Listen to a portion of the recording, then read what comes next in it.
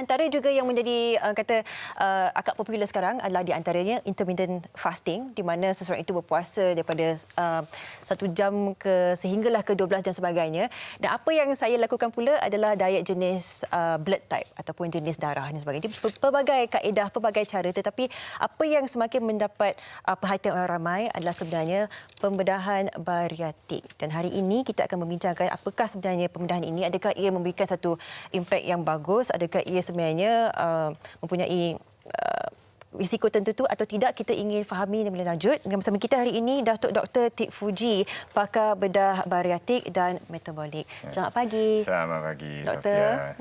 Terima kasih meluangkan masa. Ya, terima kasih. Baik, doktor sini dah melihat antara trivia kita tadi kan, begitu banyak kaedah untuk melangsingkan badan, dan itu menjadi kegilaan ramai. Semua nak kurus, semua nak langsing, doktor. Jadi sedikit sebanyak berkenaan pembedahan bariatik ni, apakah itu sebenarnya, dan is this a new trend? Adakah ini trend yang baru, doktor?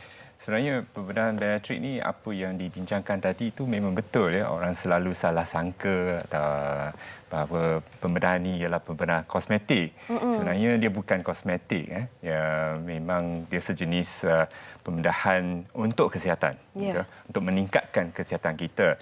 So secara ringkas, sebenarnya pembedahan bariatrik ni kita mengecilkan perut, perut usus, bukannya seduk lemak ke atau buang kulit ke, bukan. Kita mengecilkan perut yang dalam, perut dalam, supaya kita makan sikit dah rasa kenyang, cepat kenyang. And also kita akan kurang kelaparan. So itulah secara ringkas kesan-kesan pembedahan bariatrik. Baik. Pembedahan bariatik ni, doktor, sesuatu yang bagi saya menakutkan, mengerikan kerana kita bercakap berkenaan mengurangkan saiz perut kita. Ini organ dalaman dan sebagainya.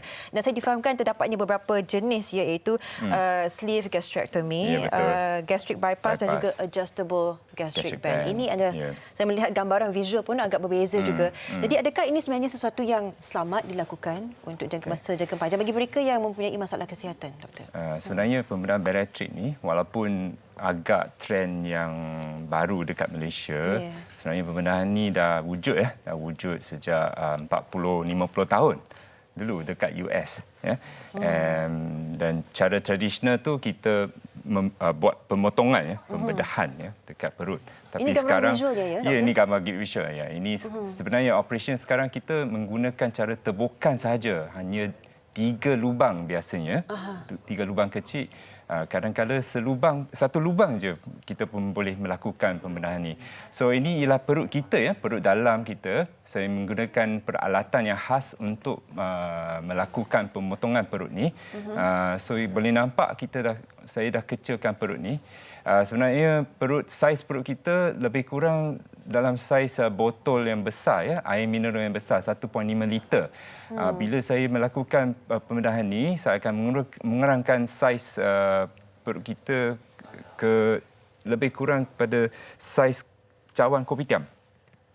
Maksudnya kurang 1/3 daripada saiz? Actually lebih kurang 80%. 80%. Dah dikurangkan, hanya tinggalkan 20% je. Maksudnya kalau kita makan 1/5 daripada apa yang kita akan makan 1/5 saja daripada asal lah. Baik, doktor, kita memang dah melihat begitu banyak success stories. Mereka ramai yang berjaya menurunkan berat badan. Bagi mereka yang mempunyai obesiti dan melakukan pelbagai cara tetapi masih mempunyai berat badan yang besar.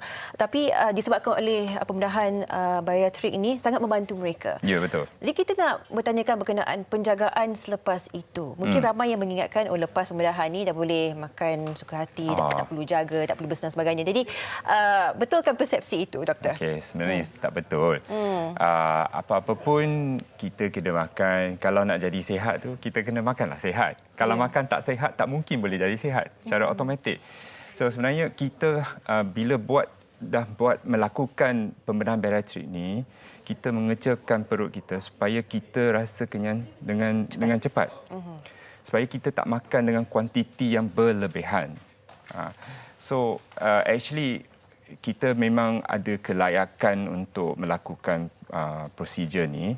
Ada kriteria-kriteria yang agak ketat lah atau tegas lah dari segi perubatan. Hanya untuk orang yang melebihi sesuatu berat badan. ya, atau kita buat kiraan indeks jisim badan. BMI. BMI. So BMI ni sangat penting sebab kalau seorang tu 100 kilo tapi tinggi dia 5 kaki atau 100 kilo tapi tinggi dia 6 kaki, memang jauh bezanya. Ya. So kita kena ambil kira ketinggian dan berat seseorang tu. So kita buat kiraan indeks jisim badan BMI ni. Baik.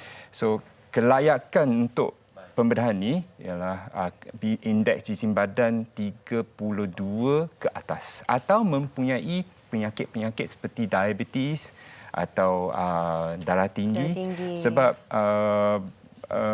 pembedahan bariatrik ni memang banyak manfaat, very good, very effective untuk mengubati diabetik. So lebih kurang 90%, 90% daripada pesakit yang ada diabetes boleh berhenti ubat-ubat mereka. So that's why bariatrik ni memang untuk kesihatan dan bukan saja untuk kecantikan. Bukan untuk kecantikan.